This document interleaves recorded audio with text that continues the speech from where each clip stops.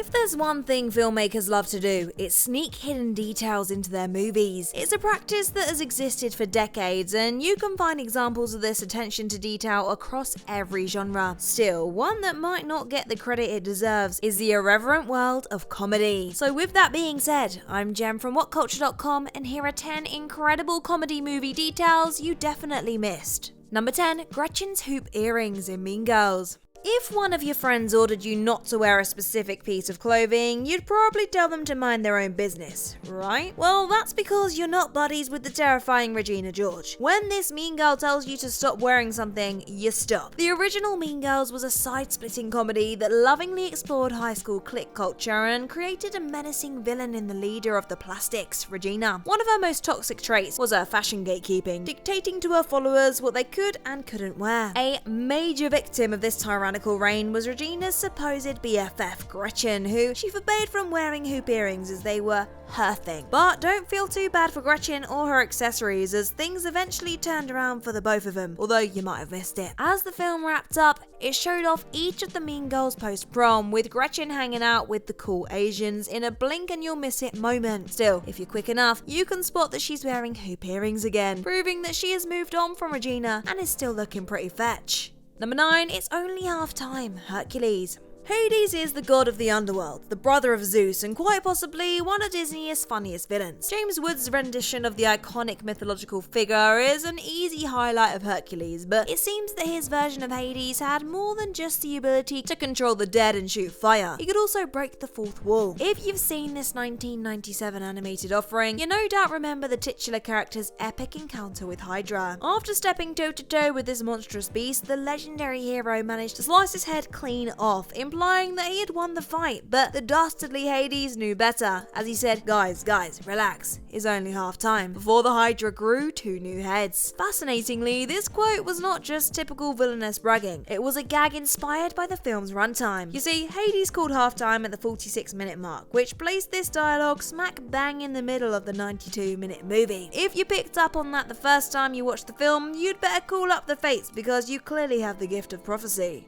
Number 8. The missing date in Guy's calendar. Free Guy. One major difference between movies and video games is that movies have direct control over what audiences see. Video games, on the other hand, don't have that same level of influence, as players can easily walk off the beaten track and look at things the designers never intended them to. This is something that plays a major part in Sean Levy's Free Guy, as this action comedy builds itself around an NPC whose life was an afterthought from the developers. His apartment is evidence of this, as the whole thing looks flat and unfinished. But ironically, a lot of thought went into making it that way, as can be seen in this detail. If you look at Guy's calendar, you'll notice that for some reason it is missing the 4th date of the month. It might seem like a continuity error to some, but it's a deliberate choice by Levy and the film's production designer, Ethan Tobin. Tobin discussed this detail in an interview with Variety and claimed it was to help Guy's apartment feel like a half-thought sentence. You'd almost certainly fix an issue like this for a main character, but for Guy, nah. There's no need.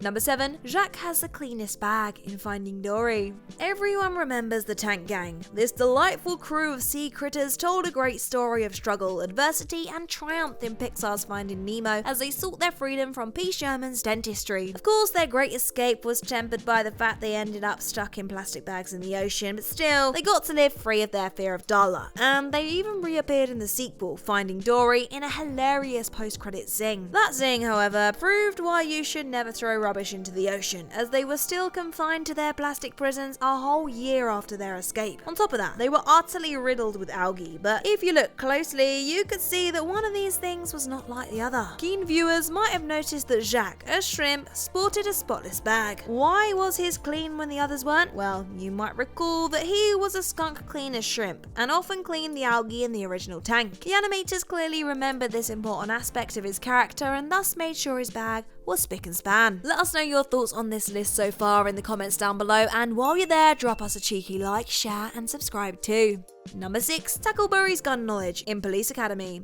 Only the irreverent and utterly ridiculous Police Academy movies could create a character whose whole personality is "I love guns" and make him genuinely enjoyable. Eugene Tackleberry, who appeared in every Police Academy movie, was so obsessed with firearms you'd think he was attracted to him, which, to be fair, he might have been. And most of his jokes came down to his unhealthy obsession with boomsticks. Still, his lead-loving personality was not a surface-level gag, as one scene from the first film proved how much thought the crew put into it. In 1984's Police Academy, the cadets went to a shooting range and practiced with live weaponry. As expected with these misfits, it went very wrong, as Leslie Barbara accidentally misfired before sweeping around and pointing his pump-action shotgun at everyone. Naturally, the whole cast quickly ducked for cover, except Tackleberry, who stood still as a statue. Why did Tackleberry not jump out of harm's way? Well, it's because he knew that the gun would not fire again, as pump-action shotguns needed to be cocked every time before shooting. Unlike everyone else, his knowledge of the weapon helped him understand that he wasn't in any danger. It is a very clever and easy to miss detail in an otherwise stupid movie. Number 5. They grow up so fast in Vegas Vacation. National Lampoon's Vacation series had more ups and downs than a ride at Thorpe Park, with the fourth movie, Vegas Vacation, certainly one of the low points. Still, that didn't stop it from opening with a surprisingly decent and well-hidden meta gag. The film opens with Clark Griswold excitedly telling his family he's taking them to Las Vegas before saying, "You kids are growing up so fast, I hardly recognize you anymore." This seems innocent enough, but after delivering the line, Clark actor Chevy Chase looks slightly confused, and the camera lingers on the kids for a little too long. It's an odd moment, and one that likely left a lot of viewers feeling a little disorientated, but it did have purpose. The goofy movie moment was a wink and nod towards the ever-changing cast coming in to play Audrey and Rusty Griswold. By this point, the characters had been recast 3 times, with this lot being the 4th pair to take on the parts. As such, the movie played with the 4th wall subtly by referencing how weird it was that the kids looked so different to each iteration of the Griswold family vacations. Number 4, 30 minutes left, Fargo.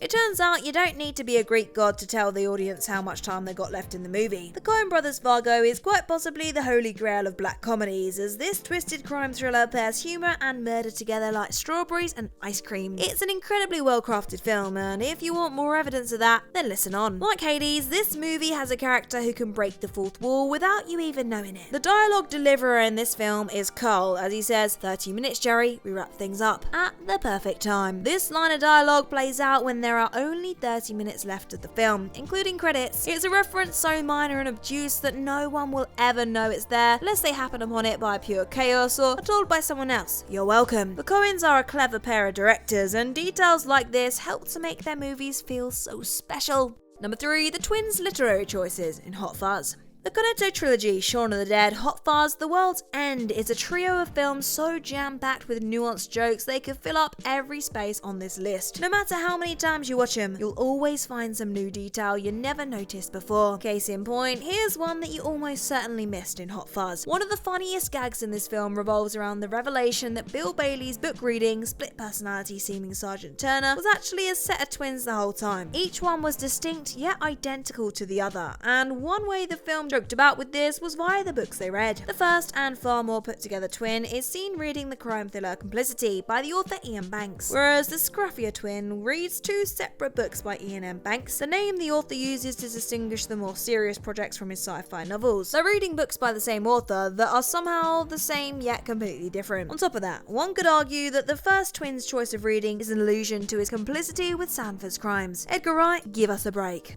Number 2, Vitamin D, The Truman Show. The entire essence of The Truman Show revolves around hiding the truth within plain sight. You can't secretly film a man's entire life under his nose and broadcast it to the world without a couple of sleight of hand tricks, and that's something you can pick up on if you look really closely. For example, if you keep an eye out, you can hunt for hidden cameras placed in everyday objects and locations throughout the film. That's one example of this movie's relentless detail, but another hints at how much thought went into crafting this Big Brother-like world. One question that springs into mind is how Truman's health is so good, given that he is never exposed to sunlight. Those studio-controlled lighting rigs restrict his access to natural light, which surely lead to vitamin D deficiency. Well, the movie does indeed take this into account, as you can spot a big old bottle of vitamin D supplements next to Truman's coffee when he's grabbing some breakfast. It is nice to know that his overlords think about these kind of things. And number 1, the political reflection, Don't Look Up. Adam McKay's apocalyptic comedy Don't Look Up is an inherently political movie that criticizes every part of the spectrum without telling you which. Republican, Democrat, right-wing, left-wing, liberal, conservative, they are all alluded to but never mentioned specifically. However, if you look down rather than up, you can catch at least one political leaning. The Daily Rip is a news channel so obsessed with keeping the news light that they completely gloss over the impending apocalypse in favor of pleasing their viewers. It's unclear what way they swing on the political spectrum, but if you spy a reflection, you can figure it out. On the glass table countertop where the interviews take place is a collection of mugs featuring the show's logo. They all read The Daily Rip in lowercase, which spells out an interesting word when you look at the reflection on the glass: lib. This all but confirms that The Daily Rip is taken on liberal media. The decision not to capitalize the word rip was clearly a deliberate choice by McKay to slide this cheeky reference in. So sneaky, we love it.